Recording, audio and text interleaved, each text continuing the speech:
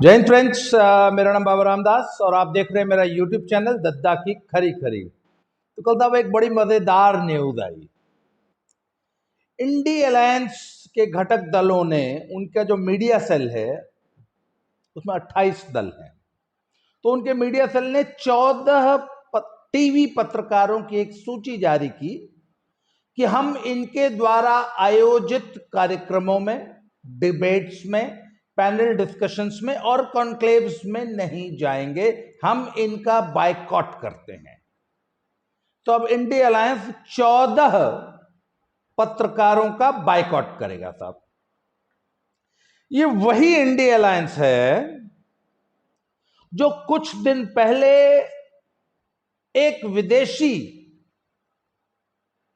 Agency ने एक list जारी की थी कि किस देश में मीडिया कितना स्वतंत्र है। उसमें भारत की रैंकिंग बहुत नीचे आई थी, मतलब खराब रैंकिंग आई थी। तो यही घमंडिया, सॉरी इसको मैं घमंडिया नहीं बोलता हूं, मैं इसको इंडिया अलायंस बोलता हूं। तो इंडिया अलायंस के शीर्ष नेता पजामा उतार के और कुर्ता आगे से मुंह में दबा के, आपने इसका जरा शब्द, इस शब्द चित्र का जरा दिमाग में कल्पना कीजिए। एक आदमी है जिसने अपना पजामा खोल दिया है और कुर्ता आगे से मुंह में उठा लिया है, ऐसे दबा लिया है, और पिछवाड़े में गुलाल पोत लिया है, पिछवाड़े में लाल रंग का, और डांस कर रहा है। तो इंडिया अलायंस के नेताजी लोग उस लिस्ट पर पिछवाड़े पर गुलाल पोत के नाच रहे थे कि भारत में प्रेस स्वतंत्रता ठीक नहीं है, हमारी रैंकिंग बहुत पुअर है, इसलिए प्रेस की निष्पक्षता और प्रेस की स्वतंत्रता को मजबूत करने के लिए इंडिया अलायंस ने टीवी चैनल्स के 14 पत्रकारों का बहिष्कार किया है। वाह साहब वाह! इस तरीके से लोकतंत्र को मजबूत किया जा रहा है, पत्रकारों का बहिष्कार करके।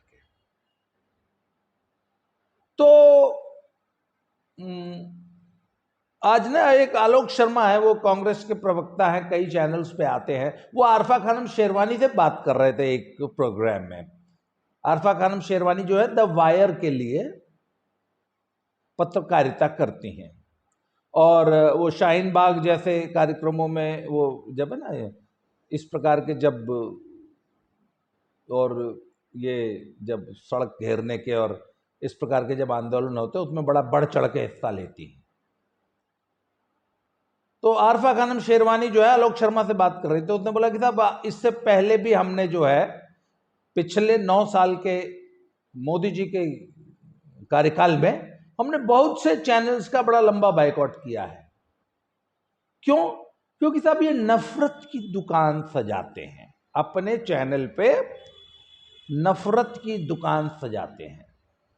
अब आपको तो मालूम है साहब, कांग्रेस पार्टी ने आजकल मोहब्बत का शोरूम खोल रखा है। तो ना आरफा खानम शेरवानी के सामने वो बैठे थे, अगर मेरे सामने बैठे होते ना तो मैं जरा उनसे पूछता कि आलोक जी, जरा ये आपकी नफरत की दुकान और मोहब्बत के शोरूम का जरा अंतर बताएंगे मुझे, कि नफरत की दुकान कैसी होती है और आपने जो मोहब्बत का शोरूम खोला है या जो मोहब्बत का बाजार खोला है वो कैसा था। तो मैं तो उनको याद दिलाता कि 1984 में राजीव जी के निर्देशन में एक मोहब्बत का महोत्सव हुआ था साहब। इंदिरा जी की हत्या के बाद 3 दिन, जब बड़ा पेड़ गिरता है तो धरती हिलती है, तो एक बड़ा पेड़ गिर गया था तो 3 दिन धरती हिलाई थी। क्या वही तो नहीं थी आपकी मोहब्बत का शोरूम? क्यों? या 1947 या 1920 से लेके आज तक ये जितने मोहब्बत के महोत्सव आपने ऑर्गेनाइज किए हैं, क्यों? वही थे आपकी मोहब्बत की दुकान। नेल्ली याद है? नेल्ली में एक मैसेकर हुआ था, एक रात में 6000 गर्दनें काटी गई थी। इंदिरा जी का शासन था। उसकी न्यायिक जांच हुई थी, वो जांच रिपोर्ट आज तक नहीं आई। और ऐसे 1000 मोहब्बत के महोत्सव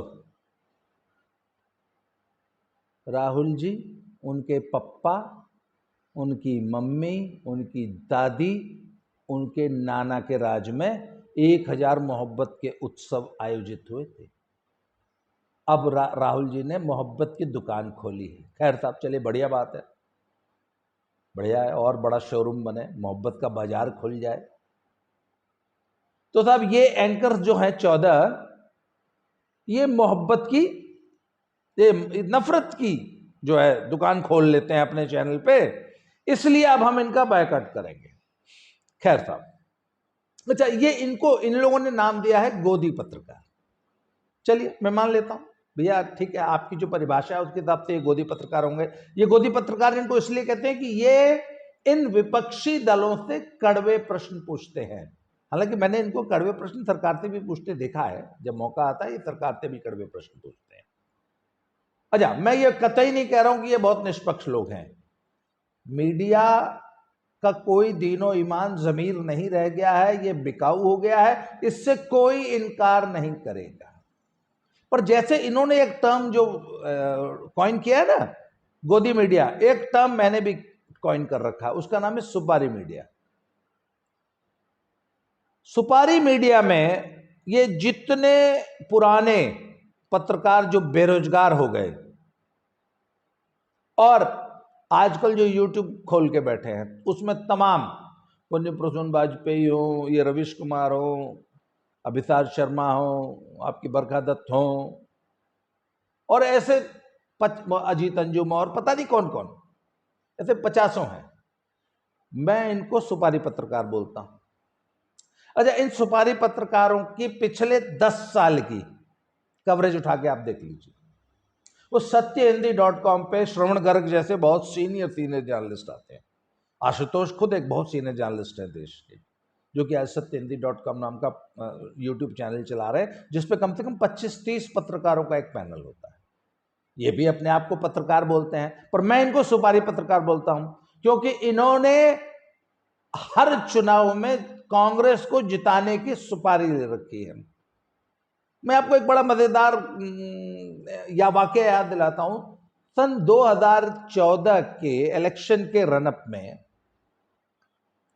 यही लोग जो आज इनको गोदी मीडिया बोल रहे हैं, सन 2012 के आसपास की बात थी, जब मोदी जी ने अपना प्रधानमंत्री पद के लिए बीजेपी के अंदर अपने को आपको असर्ट करना शुरू किया, अपनी दावेदारी प्रस्तुत करना शुरू की, और जब अखबारों में, समाचार माध्यमों में और आम जनता में, और उस वक्त तक मुझे याद है सोशल मीडिया भी उभरने लगा था। मुझे याद है मैं उसी दौरान मैंने फेसबुक ज्वाइन किया था, और धीरे धीरे राइट विंग जो है फेसबुक पे पॉपुलर होने लगा था। तो यही सुपारी मीडिया बीजेपी और हमारे जैसे जमीनी हकीकत बताने वाले लोगों का मजाक उड़ाया करते थे, और हंसी में कहते थे कि यूपी से कितनी सीट लाओगे, तो यूपी से 20 सीट को बहुत बड़ी संख्या बताई जाती थी। खैर साहब, और ऐसा माहौल बनाते थे ये सारे पत्रकार मिलके, ये जितने आज सुपारी पत्रकार हैं, तब ये सोनिया जी की गोदी में बैठे हुए पत्रकार होते थे, तब ये खुद गोदी मीडिया और गोदी पत्रकारिता करते थे। तो ये लोग कहते थे कि 160 से ज्यादा सीट नहीं आएगी। मणिशंकर अय्यर का वो बयान याद है ना, कि जिंदगी में कभी प्रधानमंत्री नहीं बनेंगे, बहुत करेंगे तो हम इनका चाय का ठेला खुलवा देंगे अपने अधिवेशन में। मणिशंकर अय्यर का वो बयान याद कीजिए। तो इलेक्शंस एकदम चल रहे थे, मतलब आई थिंक यूपी में 2-3 फेज का चुनाव हो चुका था, 2014 की बात है। तो एबीपी न्यूज में एक पत्रकार है दिबांग, वो बनारस में बीएचयू में एक कार्यक्रम कर रहे थे। तो उन्होंने वो है ना, कौन बनेगा मुख्यमंत्री टाइप, बहुत सारे लोगों को बुला लेते हैं और उससे करके एक लाइव से डिबेट कराते हैं। तो उस प्रोग्राम को जब समअप किया दिबांग ने, तो उसने बोला कि ये है बीजेपी की ये पोजीशन है, सपा की है, पर मुझे तो चारों तरफ बीएसपी बहुजन समाज पार्टी की लहर दिखाई दे रही है। क्योंकि उस साल एबीपी न्यूज ने ऐसा बताया जाता है कि लगभग 200 करोड़ रुपए लेके बीएसपी की सुपारी ली थी कि हम बीएसपी का माहौल बनाएंगे। बहुत सारे लोगों को ये घटना याद होगी। दिबांग ने ये कह के कार्यक्रम कंक्लूड किया था कि मुझे तो चारों तरफ बहुजन समाज पार्टी की लहर दिखाई दे रही है, और पूरे इलेक्शन में एबीपी न्यूज का यही स्टैंड रहा था।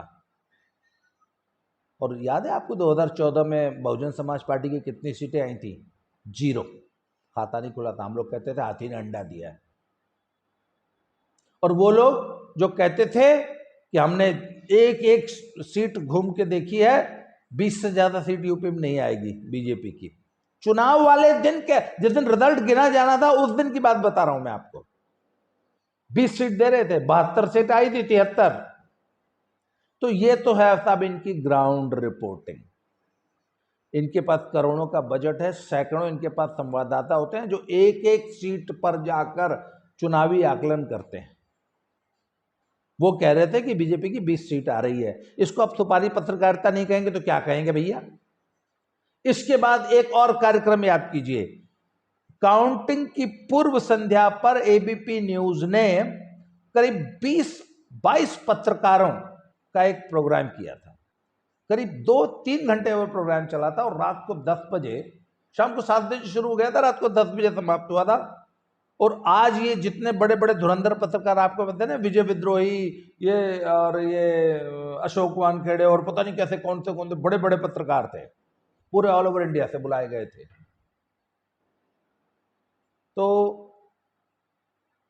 उनके साथ 3 घंटा डिस्कशन करने के बाद सबसे पूछा गया कि अच्छा आपको बताइए क्या लगता है, अगले दिन 2014 के इलेक्शन की काउंटिंग होनी थी,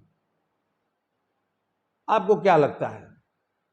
तो कोई बोला 140 सीट, कोई बोला 160 सीट। ज्यादातर लोगों ने बीजेपी को 140 से 160 के बीच में समेट कर रखा था। उन 28-30 पत्रकारों में से किसी एक ने शायद कहा था 200, और एक पत्रकार ने बहुत हिम्मत की थी जो कि थोड़ा सा प्रो बीजेपी भी था। अब मुझे नाम तो याद नहीं है, पर बहुत सारे लोगों को यह कार्यक्रम याद होगा। उसने बड़ा डरते डरते 220 सीट गई थी, और एबीपी न्यूज ने डंके की चोट पर यह अनाउंस किया था कि कल यूपीए 3 आ रही है। क्यों? क्योंकि बीजेपी को क्लियर मेजॉरिटी मिलेगी नहीं, और बीजेपी में मोदी जी हैं, मोदी जी को तो कोई समर्थन देगा नहीं, क्योंकि ये बीजेपी और मोदी जी तो अछूत है। उस वक्त तो सेक्युलरिज्म का ढोल बजता था ना देश में। सब खैर, अगले दिन क्या रिजल्ट आया आप सबको याद होगा। बीजेपी अपने दम पे क्लियर मेजॉरिटी लेके आई थी। उसके बाद 2014 के बाद 2019 का इलेक्शन आया, तो इसमें से बहुत सारे पत्रकार जो थे ना तब तक बेरोजगार हो चुके थे। और ये आपका सत्यहिंदी.com, इसके सारे पत्रकारों के मैं बड़े बड़े लंबे लंबे एनालिसिस 2019 से पहले सुना करता था। अच्छा, एक चीज मैं बताना भूल गया, इसी 2014 के इलेक्शन में हमारे जैसे लोग जो कि पत्रकार नहीं हैं, पर हम लोग ग्राउंड की रियलिटीज को स्टडी किया करते थे कि असल में स्पेशली यूपी में क्या पोजीशन है, और 80 में से कितनी सीट बीजेपी जीतने जा रही है। तो मुझे अच्छी तरह याद है, मैंने 65 प्लस का आंकड़ा दिया था। जो लोग मुझे फेसबुक पर फॉलो करते हैं उन लोगों ने आज भी उन पोस्ट के स्क्रीनशॉट संभाल के रखे हैं। मैं डंके की चोट पर कहा करता था कि यूपी में बीजेपी को 65 से ज्यादा सीटें मिलेंगी, 72 आई थी। खैर, 2019 का आ जाइए। यही सुपारी पत्रकार जिन्होंने फिर से एक बार कांग्रेस को जिताने की सुपारी ली 2019 में, और आशुतोष के चैनल पे यही श्रवण गर्ग और ये शीतल पी सिंह और दुनिया भर के एनके सिंह और पता नहीं कौन कौन, इन सब के पैनल डिस्कशन में सुना करता था। एक राज्यवर्धन सिंह जी, ऐसे कुछ नाम है उनका, कौन समथिंग वर्धन सिंह, लखनऊ के हैं, बड़े शरीफ आदमी, बहुत जहीन आदमी है। वो भी ऐसी ही सुपारी पत्रकारिता करते हैं। एक वो 4 PM वाला है। तो ये सुपारी पत्रकारों का एक जो जमघट था, तो मैं इनके प्रोग्राम सुना करता था। तो शीतल पी सिंह के बहुत सारे प्रोग्राम मुझे याद हैं। वो मिस्टर राज्यवर्धन या जो हर्षवर्धन, पता नहीं ऐसे को वर्धन समथिंग नाम है, सिंह साहब, उनके प्रोग्राम थे। तो वो कांग्रेस को 220 सीट, 180 सीट, 190 सीट ऐसे दिया करते थे। अच्छा, इधर मैं भी अपना एनालिसिस किया करता था और फेसबुक पे लिखा था। तब तक मेरा यूट्यूब चैनल नहीं है, दद्दा की करी करी मैंने नहीं बनाया था। तो मेरी सारी सक्रियता, मैं बहुत सक्रिय हूं 2012 से फेसबुक पे, तो वो भी लोगों को याद है। तो मैंने डंके की चोट पे लिखा था कि कांग्रेस की टोटल 55 सीट आ जाएगी क्या, और इधर ये सुपारी पत्रकार डंके की चोट पे अपने अपने चैनल पे कांग्रेस की मेजॉरिटी से सरकार बनाया करते थे यूपीए की, कि बीजेपी बहुत बुरी तरह चुनाव हार रही है। और 2019 के इलेक्शन का रिजल्ट भी आपको याद है। और ये इतने बेशर्म लोग हैं कि कल तक कांग्रेस की सरकार बना रहे थे, क्योंकि कांग्रेस की 180 सीट आ रही है, और अगले दिन जब कांग्रेस की 55 सीट आ जाती थी, तो एक बार भी कल तक क्या बोला है, उसकी क्या विश्वसनीयता है।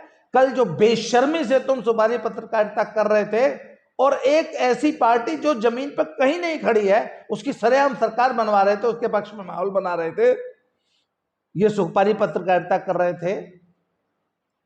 इसकी कोई जवाबदेही नहीं आपकी पब्लिक के प्रति कि हम कल तक पब्लिक को क्यों बेवकूफ बना रहे थे। और अगले दिन जैसे जैसे रिजल्ट आता गया, मैंने कहा वाह, आज तो इनका डिस्कशन का मुद्दा ही बदला हुआ है।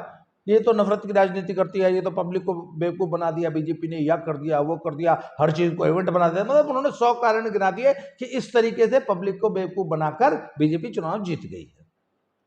कल तक जो लोग सुपारी पत्रकारिता कर रहे थे, आज उन्होंने नए मुद्दे ले लिए, और अपनी कल तक कही गई बातों के प्रति कोई जवाबदेही नहीं, no accountability. That is why I call them सुपारी पत्रकार। अब आते हैं मूल विषय पर। तो सब इंडी अलायंस के घटक दलों ने जिन 14 पत्रकारों का बाइकॉट किया, तो आप जाएंगे किसके कार्यक्रम में? वही जो आपकी सुपारी पत्रकारिता करते हैं। आज भी आप सत्यहिंदी.com और सत्यहिंदी.com के पैनल पर आने वाले सभी पत्रकारों की, मैं सत्यहिंदी.com का नाम ले लेता हूं, मुझे पत्रकारों के नाम याद नहीं है।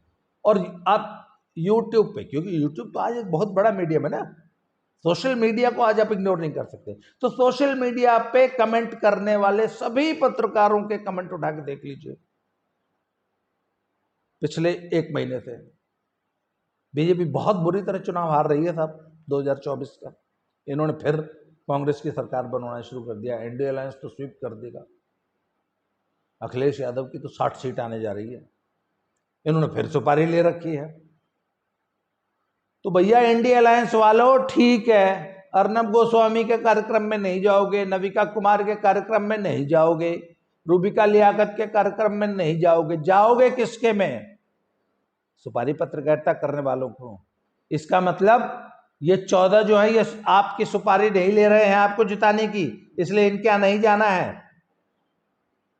मतलब अगर वो गोदी पत्रकार है तो आप भी तो यही चाहते हैं कि ये सुपारी पत्रकार बन जाए। और मैं तो देखिए, मैं सीधा सा मेरा एक बात मानना कि ये जो पत्रकारिता का धंधा है, इसमें ये तो जीबी रोड वालियों से भी बदतर लोग आगे घुस गए। मेरे एक मित्र थे, वो जम्मू में एक अंग्रेजी अखबार के एडिटर थे। उन्होंने टीवी पत्रकारिता भी की है बहुत। तो वो एक बात कहा करते थे कि देखो भैया, पत्रकार, ये अखबार, चैनल फैनल जितने भी है ना, ये सब चलते हैं सरकार के विज्ञापन से। एक अखबार छापने की कीमत आती है 15 रुपया, बिकता है 2 रुपये में, 1.5 रुपये में, 3 रुपये में। पुराने ज़माने में तो इतने में ही बिकता था, 52 रुपया महीना पे बिकता था। 1.5 किलो का अखबार होता था, 52 रुपए महीने पे। तो मैंने पूछा कि भैया असल में लागत कितनी आती है? बोला कम से कम, मैं आज से 10 साल पुरानी बात बता रहा हूं, 15 रुपए की लागत आती है, 1.5 रुपए में बेचते हैं। तो बाकी, बोला बाकी सारा खर्चा विज्ञापन से निकलता है। विज्ञापन कहां से? कुछ कारपोरेट जगह से मिलता है और कुछ सरकार से मिलता है, ज्यादा सरकार से मिलता है। तो इसलिए जो विज्ञापन देगा उसकी गुलामी करनी है। तो कॉरपोरेट जगत की गुलामी करते हैं, उनका गुणगान करते हैं, सरकार की गुलामी करते हैं, सरकार का गुणगान करते हैं, सरकार की डुगडुगी पे नाचते हैं। आपको याद होगा रेलवे ने टैल्गो नामक एक, आई थिंक स्पेनिश कंपनी है, उसके रेल के डिब्बों का ट्रायल कराया था पूरे देश भर में। टैल्गो कंपनी के डिब्बों की ये खासियत है कि जब रेल की पटरी पे कर्व्स होते हैं ना, जब मोड़ ऐसे घुमाव होते हैं, तो वहां पे ड्राइवर को, जो कि 120 की स्पीड से गाड़ी चला रहा है, जब सामने उसको दिखाई सिग्नल आता है कि कर्व है आगे, तो वो 120 से घटा के गाड़ी की स्पीड को 80, 70, 60 पे लेके आता है। और फिर जब वो कर्व से फिर जब स्ट्रेट लाइन पे आ जाता है तो फिर स्पीड बढ़ाता है। तो जैसे दिल्ली से मुंबई जाने में पता नहीं कितना 100-150 कर्व्स आते हैं, तो 100-150 कर्व्स, मतलब फुल स्पीड से भागती हुई गाड़ी को भी उन कर्व्स के कारण 100-150 बार स्पीड घटानी बढ़ानी पड़ती है। तो टैल्गो कंपनी जो डब्बे बनाती है उस पे वो कर्व पे स्पीड नहीं घटानी पड़ती, कर्व पे भी आप 120 की स्पीड से गाड़ी दौड़ाते हुए निकाल सकते हैं। तो इंडियन रेलवे जो है वो टैल्गो कंपनी के डब्बे खरीदना चाहती थी। खैर साहब वो हुआ, ट्रायल वाल हुए, ट्रायल एकदम सफल हो गए, और वर्तमान इंफ्रास्ट्रक्चर, वर्तमान पटरियों और वर्तमान इंजन से ही गाड़ी चलाकर, सिर्फ टैल्गो के कंपनी के डब्बे लगे होने की वजह से दिल्ली से मुंबई का सफर, जो कि आज 17 घंटे का है, वो 12 या 13 घंटे में हो रहा था। पर टैल्गो कंपनी ने जो रेट कोट किया वो इतना महंगा था कि वो डब्बे हमारे लिए बहुत महंगे पड़ रहे थे। Plus Talgo company technology transfer के लिए भारत सरकार के साथ तैयार नहीं हो रही थी, तो वो भारत सरकार ने डील कैंसिल कर दी, इंडियन रेलवे ने वो डील कैंसिल कर दी। तो जब इंडियन रेलवे ने डील वो कैंसिल कर दी, तो मैंने एक दिन अखबारों में एक लेख पढ़ा जिसमें अखबारों ने बहुत आर मचा रखा था कि हाय देखो, भारत सरकार टैल्गो के डब्बे नहीं खरीद रही है, भारत सरकार नहीं चाहती कि हिंदुस्तान का नागरिक तेजी से सफर करे। तो मुझे समझ में आया कि ये टैल्गो कंपनी ने इन कुत्तों के सामने टुकड़ा डाला है। इन अखबारों को टैल्गो ने हर अखबार को 2-4 करोड़ रुपए दिए हैं, तो कुत्तों ने भौं भौं करना शुरू किया है, टैल्गो कंपनी के फेवर में भारत सरकार पे दबाव बना रहे हैं कि वो टैल्गो कंपनी से डील फाइनल करे। तब ये है पत्रकारिता, ये हैं आपके अखबार, जो कि कॉरपोरेट वर्ल्ड और सरकार के आगे दुम हिलाने वाले, तलवे चाटने वाले श्वान हैं। और चुनाव के दौरान जो पार्टी पैसा देगी उसका माहौल बनाएंगे, मतलब आपका गुणगान करेंगे यदि आप उनको पैसा देंगे। वो पी साईनाथ नाम का एक वामपंथी पत्रकार, उसने बड़ी मजेदार, एक बहुत जबरदस्त वेल रिसर्च रिपोर्ट प्रकाशित की थी। वो लिखते हैं कि पेड न्यूज, ये बात है अराउंड 2012 के आसपास की, कि पेड न्यूज का धंधा भारत की पत्रकारिता में कैसे चल रहा है, कि किसी एक लोकसभा या विधानसभा क्षेत्र में एक ही पेज पर ऊपर बड़े बड़े दावे किए गए हैं कि एक्स पार्टी का कैंडिडेट जीत रहा है, और उसी पेज पे नीचे उससे भी बड़ी खबर छापी गई है कि वाई पार्टी का कैंडिडेट जीत रहा है, एक ही सीट से। ऊपर बीजेपी वाले को जिता रहे थे, नीचे कांग्रेस वाले को जिता रहे हैं। पैसे लो, किसी को भी जिता दो। तो दिबांग जब बीएसपी की हवा बना रहे थे 2014 में यूपी में, तो क्योंकि एबीपी न्यूज को बहुत मोटा पैसा दिया था बहन जी ने, इसलिए पूरे यूपी में बीजेपी की हवा बता रहे थे, हाथी ने अंडा दिया था। तो भैया ये तो हालत है पत्रकारिता की। परंतु ये जो लोग बायकॉट का नाटक खेल रहे हैं ना कि ये तो गोदी मीडिया है और ये नफरत की दुकान सजाते हैं, अरे भैया तुम्हारी मोहब्बत की दुकान भी हमने भी देख रखी है और तुम्हारे सुपारी मीडिया का लक्षण हमने भी देख रखे हैं, इसलिए ये नाटक मत करो। मेरे और आपके जैसे आम आदमी के लिए क्या करना है कि never never never believe these journalists, ये जो बिके हुए गणिकाओं से भी बदतर, मैं जो असली शब्द है ना जो भोजपुरी वाले हैं वो नहीं यूज कर रहा हूं कि ये यूट्यूब का एआई जो ना उनको पकड़ लेता है कि ये बाबा जी बहुत गरियाया है आज, नहीं तो मैं तो इतना बढ़िया बढ़िया शब्द बोलना जानता हूं ना। तो ये गणिकाओं से भी बदतर जो हमारे पत्रकार है सारे, वन टू ऑल, इनकी बातों पर विश्वास मत करो, अपना दिमाग लगाओ। मीडिया आपको क्या परोस रहा है इस पे मत जाइए, अपने सूत्रों से पता लगाइए, अपना दिमाग लगाइए और निष्पक्ष खरी खरी सच्ची बात करने वाले लोगों को फॉलो कीजिए, उनकी बातों को सुनिए समझिए, वहां से कोई राय बनाइए। इन दो कौड़ी की गणिकाओं की रिपोर्टिंग पे मत जाइए। आज के लिए इस वीडियो में इतना ही, अगले वीडियो में फिर से मिलते हैं। Thank you very much.